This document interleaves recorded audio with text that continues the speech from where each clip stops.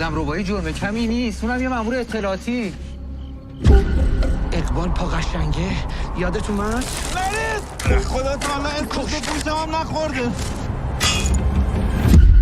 شما ببینین خودشه یا نه؟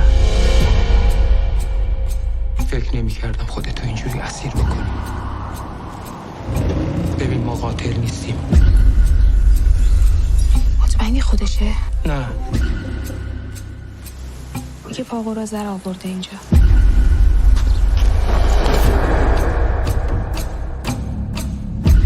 5 سال صبح تا شب تو خواب و بیداری دارم با چشم بسته دست میکشم رو پاش. ماشین چه خبره؟ آقا چیز خاصی نه. حالا که مسئله شخصی ندارین پس همتون بدونید این کثافت امروز باید حرف بزنه. هر چقدر جلو سر بری بیشتر هم فرو میری. آخرش همتون هم غرق میشین.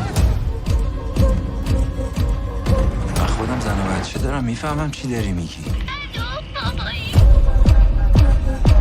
ببین با من چیکار کردی که صفت آشغال.